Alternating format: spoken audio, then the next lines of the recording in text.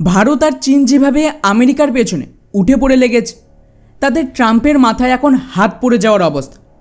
হালেই চীনের তরফ থেকে এসসিওর মিটিংয়ের পর পুতিন আর কিং জং উনের সামনে নিজেদের হাইপারসনিক মিসাইলের ক্ষমতা প্রদর্শন করে, যেটা মূলত আমেরিকার জন্য একটা বার্তা ছিল। আর স্বাভাবিকভাবে এখানে ভারত কিভাবে পিছিয়ে থাকতে পারে।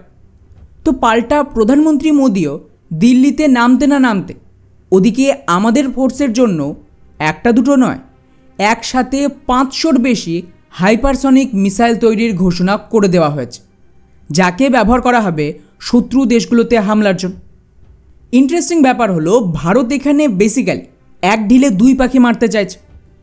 প্রথমত, যেহেতু চীন নিজেদের হাইপারসনিক মিসাইল এখানে প্রদর্শন করছে, তো ভারতও তার প্রতিক্রিয়া হিসেবে একসাথে 500 হাইপারসনিক মিসাইল কেনার জন্য সেনার তরফ থেকে একটা আবেদন জারি করা হয়েছে। আর দ্বিতীয়ত, এটা আমেরিকার জন্য একটা হুঁশিয়ারি, কারণ আমেরিকাকে শুধুমাত্র ইকোনমি আর ডিপ্লোমেসি দিয়ে থামানো যাবে। ওদের বিরুদ্ধে যথেষ্ট শক্তিশালী সামরিক ক্ষমতা থাকাও জরুরি, তবেই কিন্তু আমেরিকা শান্ত থাকবে। কারণ আমেরিকা হয়তো নিজে কোনো দিন ভারতের বিরুদ্ধে সেনা পাঠানোর মতন বোকামি করবে, কিন্তু ওদের একাধিক প্রক্সি রয়েছে, উদাহরণ হিসেবে পাকিস্তান। তো এদের মাধ্যমে কিছু করা সম্ভব, যেমন টেরর অ্যাটাক বা কোনো নতুন যুদ্ধ শুরু। তাই এদের বিরুদ্ধে যথেষ্ট একটা শক্তিশালী ডিটারেন্স ভারতের কাছে থাকা জরুরি। আর এর আওতায় গত বছর নভেম্বর মাসে ভারত নিজেদের অ্যাকচুয়াল হাইপারসনিক ক্রুজ মিসাইল সফল পরীক্ষণ করে ফেলেছে, যাকে নিয়ে আমেরিকার মিডিয়াগুলো চীনের তুলনায় একটু বেশিই চিন্তিত ছিল। যেরকম চন্দ্রযানের সফলতার পর আমেরিকার মিডিয়াগুলো এটা দেখাচ্ছিল যে ভারতে তো কত গরিবই রয়েছে, তাই ভারতের এসব করা উচিত না, সেম কাজ এবারেও করে। যাই হোক, এরপর গত জুলাই মাসে আরেকটা খবর আসে, যেখানে বেসিক্যালি ভারত এই হাইপারসনিক মিসাইল যেটা দেখিয়েছিল, সেটা কেবলমাত্র একটা মিসাইল ছিল যা প্রজেক্ট বিষ্ণুর আন্ডারে তৈরি হয়েছে। কিন্তু আসলে খবর দেখেন, ভারত 12টা আলাদা আলাদা ধরনের হাইপারসনিক মিসাইল তৈরি করছে, যেটা অভাবনীয় ছিল। এর উপর আমি ভিডিও বানিয়েছিলাম।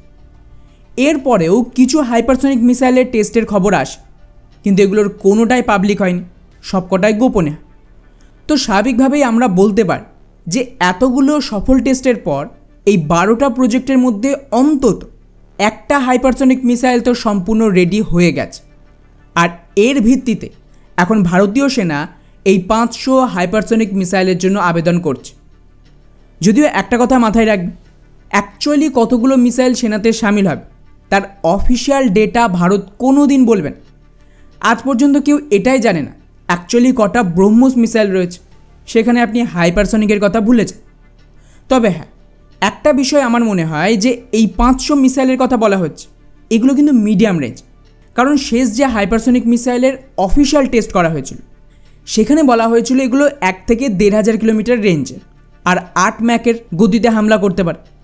বাকি যে মিসাইলগুলো তৈরি হচ্ছে সেগুলো আরও বেশি রেঞ্জ আর স্পিডের সাথে আলাদা আলাদা ভ্যারাইটির হবে। তো এমন নয় যে এই 500টাই ফাইনাল, সম্ভবত এগুলো কেবলমাত্র এই 1,500 কিলোমিটার রেঞ্জের জন্য।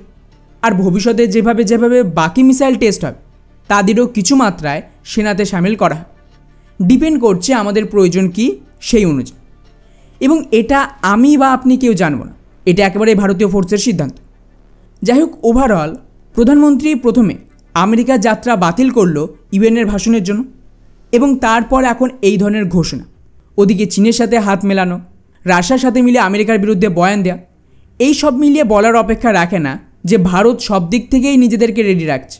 কখন কি হয় কে বলতে পারে।